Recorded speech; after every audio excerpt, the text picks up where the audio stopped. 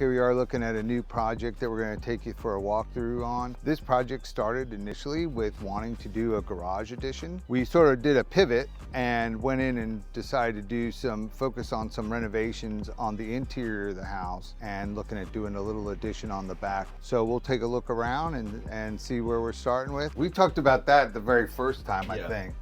Yeah, so then this becomes more of a mudroom. Yeah. This one's more tricky. I mean, we could lose the window or something, and then maybe this becomes a coat closet. The most expensive with the least bang for your buck is probably the peninsula. This wouldn't be too bad, really. I mean, we'd really just be sort of setting a wall, moving a couple of lights.